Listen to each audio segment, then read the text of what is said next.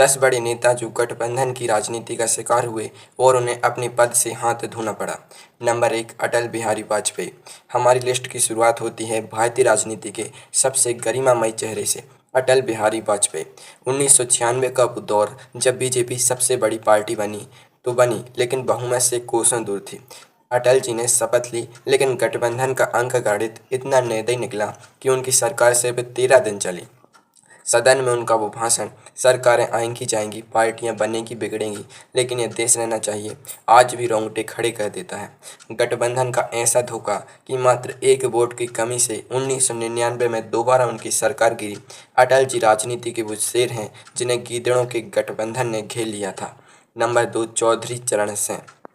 किसानों के मसीहा कहे जाने वाले चौधरी चरण सिंह की कहानी किसी फिल्मी ट्रेजेडी से कम नहीं है। 1979 में उन्हें पीएम बनने का मौका मिला और समर्थन किसने दिया? उनकी सबसे बड़ी विरोधी कांग्रेस ने। इंदिरा गांधी ने बाहर से समर्थन का वादा किया, लेकिन जैसे ही शपथ हुई कांग्रेस ने अपना हाथ खींच लिया। ये वैसा ही था जैसे किसी को शादी का इनविटेशन कार्ड भेजकर बारात दरवाजे पर आते ही गेट पर ताला लगा देना। बेचारे चौधरी साहब देश के एकलौते ऐसे प्रधानमंत्री बने जिन्होंने कभी संसद का चेहरा ही नहीं देखा। इस्तीफा देना पड़ा और गठबंधन की राजनीति का एक और अध्याय हृदय विदारक अंत के साथ समाप्त हुआ। Number 3, BP Singh. विश्वनाथ प्रताप सिंह यानी बीपी सिंह, इन्होंने कांग्रेस के खिलाफ भ्रष्टाचार का बिगुल फूंका और प्रधानमंत्री बने, लेकिन सहारा किसका लिया? एक तरफ लेफ्ट और दूसरी तरफ राइट। ये सरकार नहीं बल्कि एक ऐसी गाड़ी थी जिसके पहिए अलग अलग दिशाओं में भाग रहे थे। जब बीपी सिंह ने मंडल कमीशन लागू किया और लाल कृष्ण आडवाणी की रथ यात्रा बिहार में रुकी तो बीजेपी ने समर्थन वापस ले लिया।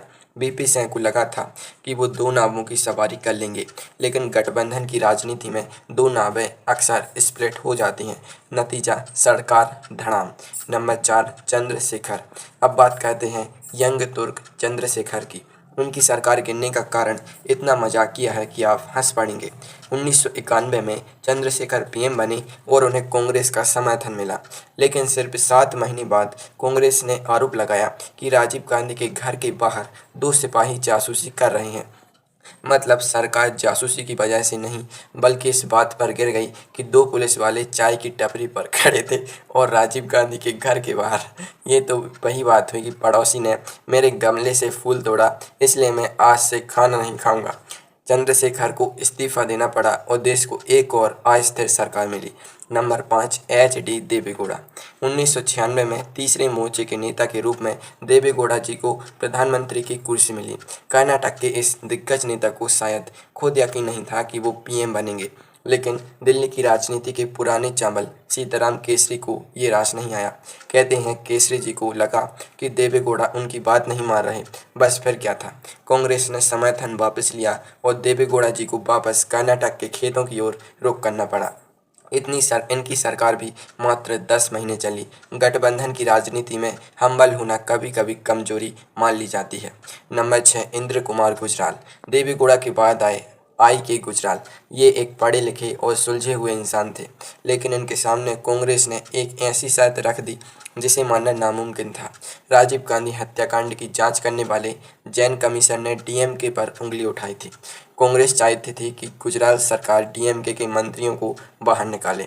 गुजराल साहब ने सिद्धांतों के साथ समझौता नहीं किया और अपनी कुर्सी कुर्बान कर दी। राजनीति में सिद्धांतों की बात करना वैसा ही है जैसे दिवाली के रॉकेट को हाथ में जलाना, रिस्क पूरा है। गुजराल साहब ने कुर्सी गंवाई लेकिन इज्जत बचा ली। नंबर 7, मोरारजी देसाई। आपातकाल के बाद 1977 में देश ने पहली गैर कांग्रेसी सरकार देखी, जनता पार्टी। मोरारजी देसाई प्रधानमंत्री बने। जनता को लगा था कि बदलाव आएगा, लेकिन यहाँ तो सरकार के अंदर ही 3 प्रधानमंत्री घूम रहे थे, मोरारजी, चरण सिंह और जगजीवन राम। ये गठबंधन नहीं बल्कि बिग बॉस का घर बन गया था। हर कोई एक दूसरे को नॉमिनेट करने में लगा था। आपसी कलह और दोहरी सदस्यता के मुद्दे ने इस ऐतिहासिक सरकार को 2 साल में ही धूल चटा दी। मोरारजी देसाई गठबंधन के आपसी अहंकार के सबसे बड़े शिकार बने। नंबर 8 उद्धव ठाकरे। अब बात करते हैं कलयुग की राजनीति पर।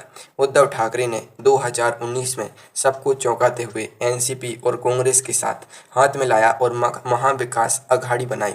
सब ठीक चल रहा था, लेकिन गठबंधन की राजनीति का सबसे बड़ा खतरा बाहर से नहीं अंदर से आया।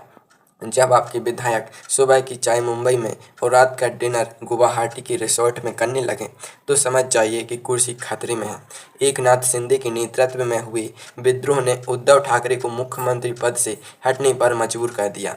ये गठबंधन की राजनीति का सबसे लेटेस्ट हार्ट ब्रेक था।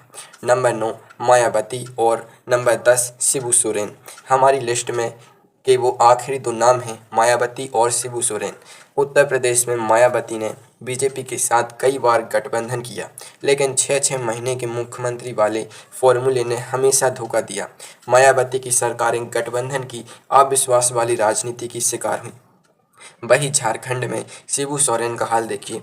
2005 में वो मुख्यमंत्री बने, लेकिन गठबंधन का जुगाड़ नहीं हो पाया और सिर्फ 10 दिन में इन्हें इस्तीफा देना पड़ा।